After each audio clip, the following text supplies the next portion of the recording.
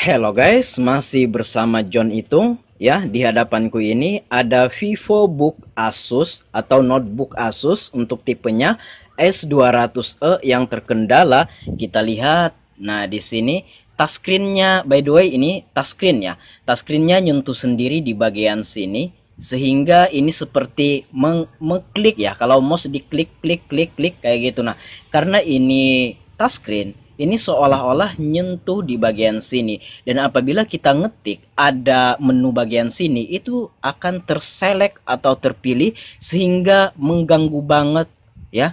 Ini mengganggu banget, pencet otomatis kayak gini dan dinonaktifkan nggak bisa ya. Ini karena apa bang biasanya? Ya biasa mungkin pernah jatuh atau ketindis, banyak faktor yang bisa menyebabkan kayak gini. Intinya ini tersentuh otomatis sehingga apabila kita mau nyentuh ini nggak bisa. Kenapa? Karena ini aktif di sini seolah-olah nyentuh kayak gini. Nah ini teman-teman bisa lihat jari saya akan memencet touchscreen-nya ini secara cepat. Nah, teman-teman bisa lihat di sana ada gelembung-gelembung.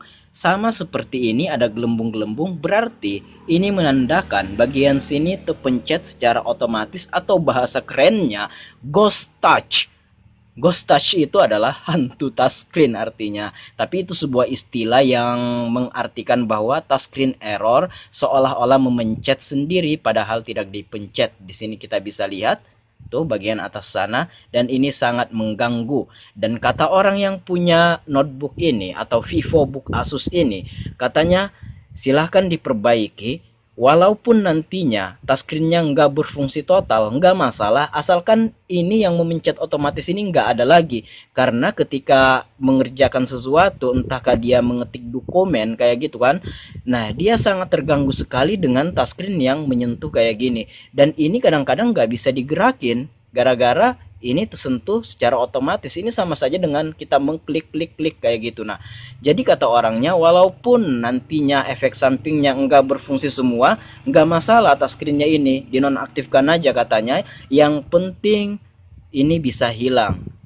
Nah, kita akan menggunakan mouse saja seperti notebook atau laptop biasa. Kita bisa menggunakan mouse atau menggunakan touchpad kayak gini tanpa harus menekan atau menyentuh touchscreen ini katanya. Baiklah, di sini akan kita mulai bongkar dulu notebook atau VivoBook Asus S200e ini. Kita akan lihat apakah ini masih bisa diperbaiki. Tapi menurut saya yang sudah-sudah itu kalau memang tersentuh otomatis kayak gini, ini udah rusak. Paling-paling nanti kita akan nonaktifin saja touchscreen-nya sehingga ini nggak nyentuh lagi, tapi kita menggunakan touchpad atau mouse saja untuk navigasi atau arahan-arahan atau untuk memilih-memilihnya lah kayak gitu, seperti notebook biasa. Baiklah, kita akan membongkar dulu VivoBooks-nya ini ya. Oke. Ya, di sini saya bersiap untuk membuka baut-bautnya. Ini bakalan kita bongkar guys. Ya, saya percepat video ini untuk mempersingkat durasi, dan saya perkirakan juga ini tetap jelas walaupun saya percepat kayak gini ya. Nah, di sini udah kita buka ya. Ini proses pembukaan baut-bautnya guys ya. Kita buka satu-satu. Caranya ini cukup gampang, simple banget, bahkan siapapun bisa melakukannya asal kamu punya obeng. Ya, kalau nggak punya obeng ya gimana kan buka bautnya. Yang penting bautnya mau kebuka lah kayak gitu ya. Nah, di sini proses pembukaan bautnya ya hampir selesai 95% dan ya udah kayaknya. Nah, di sini siap-siap kita congkel bagian casing belakangnya ini atau backdoornya. Saya menggunakan congkel-congkel yang terbuat dari bekas kartu SIM yang gedenya ya, yang gedenya. Kalau teman-teman pernah beli kartu SIM card, yups, di sini udah kebuka. Nah, itu akan kita copot kabel ya, kabel touchscreen-nya yang ada di situ yang saya tunjuk itu yang warna putih. Tapi sebelumnya saya searching dulu di Google. Nah, ini adalah kabel ya, kabel touchscreen-nya, teman-teman perhatikan. Jadi saya nggak sembarangan. Jadi kita lihat Google dulu, dan ini adalah kabel touchscreen-nya. Inilah yang akan kita copot tuh ya. Teman-teman bisa lihat ujungnya berwarna-warni, dan itu kita cari dan udah dapet ya yang warna putih tadi. Dan saya juga buka YouTube, dan di YouTube juga ada yang buat tutorialnya bagaimana cara mengganti touchscreen. Nah, di sini saya memutar video ini hanya untuk mengetahui mana sih kabel touchscreen-nya. Ternyata itu dia bersambung ya, dari touchscreen-nya disambung menggunakan kabel yang bundar itu ya. Nah, disambung ke sini. Jadi yang kita copot adalah kabel yang menempel atau yang terkoneksi dengan motherboardnya ini ya. Jadi nggak repot-repot kita membuka touchscreen, kita akan mencopot ya. Nah, di sana saya udah mencopot. Nah, ini kan udah kecopot tuh. Nanti akan kita tes nyalakan apakah dengan pencopotan ini touchscreen-nya masih melakukan ghost touch lagi. Ya, kalau nggak berfungsi udah pasti karena udah dicopot. Ya, kita hidupin dulu.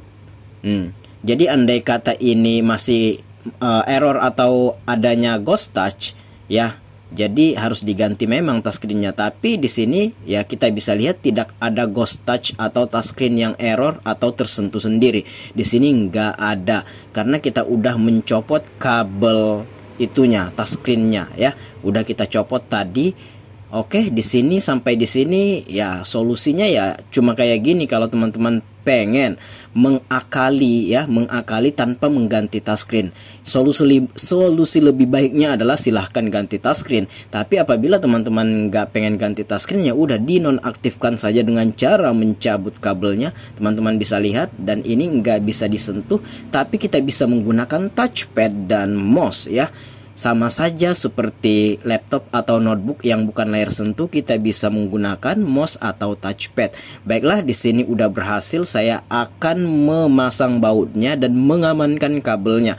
Karena kabelnya tadi terlepas ya, kita akan amankan dulu, lalu kita kasih baut lagi supaya merapatkannya ini. Kita akan pasang casingnya lagi. Nah, di sini saya akan menggunakan isolasi kertas ya. Oke, banyak ya di fotokopian, banyak, harganya juga murah. Ini berapa kalau nggak salah 10 ribuan ya, tapi ini lambat habis karena tebal. Nah, saya mengamankan kabel touchscreen-nya supaya nantinya nggak tersentuh sama apa-apa, takutnya konslet ya. Nah, kayak gitu. Jadi jangan sampai kelihatan, jangan sampai ada jalur di sana. Sebab apa? Karena menyentuh motherboardnya. Jadi usahakan kita bungkus kayak gitu untuk mengamankannya, dan kita akan tambal lagi menggunakan isolasi kertas ya, kayak gitu. Hanya kayak gitu saja, siapapun bisa melakukan tanpa ada trik apa-apa di sini. Cukup dengan melepas kabel touchscreen atau kabel layar sentuh sehingga ghost touch atau error pada touchscreen bakalan hilang. Nah, di sini saya bersiap memasang semua bautnya, dan di sini sangat mudah sekali tanpa trik apa-apa. Kamu pun bisa melakukannya apabila teman-teman mengalami ghost touch. Dan ini juga berlaku bukan hanya untuk notebook yang layar sentuh yang ada di tangan saya ini saja. Ini mewakili semua notebook ataupun laptop yang mengalami ghost touch atau error pada touchscreen-nya. Ini meliputi semua ya, mewakili semua notebook ataupun laptop ataupun netbook. Jadi apabila terjadi error, ya udah copot aja kabel touchscreen-nya dan errornya hilang, tapi nggak bisa disentuh. Tapi nggak masalah, kita masih bisa gunakan touchpad dan mouse. Nah, di sini saya bersiap untuk menghidupkannya. Oke guys, kita akan hidupkan dulu notebooknya ini dan kita akan lihat hasil akhirnya guys.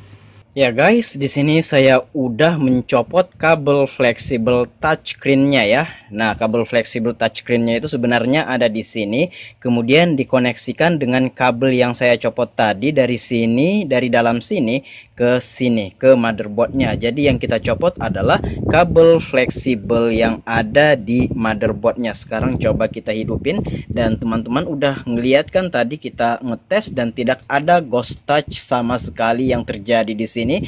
Touchscreen-nya tidak lagi error, namun efek sampingnya adalah touchscreen-nya total nggak berfungsi. Tapi ini atas permintaan yang punya. Nah, kalau kita harus mengganti touchscreen, ini ya biayanya lumayan juga. Nah, kata orangnya walaupun touchscreennya nggak bisa difungsikan nggak masalah, yang penting kita masih bisa menggunakan touchpad, bisa menggunakan mouse seperti notebook atau laptop pada biasanya yang bukan touchscreen. Toh sama saja kan, bisa juga digunakan tanpa harus mengganti touchscreen. Jadi kita hanya mencopot kabel fleksibel touchscreen untuk VivoBook Asus S200e ya. Coba kita akan lihat. Tidak ada lagi ghost touch yang mempengaruhi pengerjaan kita. Tidak ada lagi ghost touch yang berpengaruh terhadap pekerjaan kita. Dan di sini udah berhasil. Namun sayang, ini tidak berfungsi.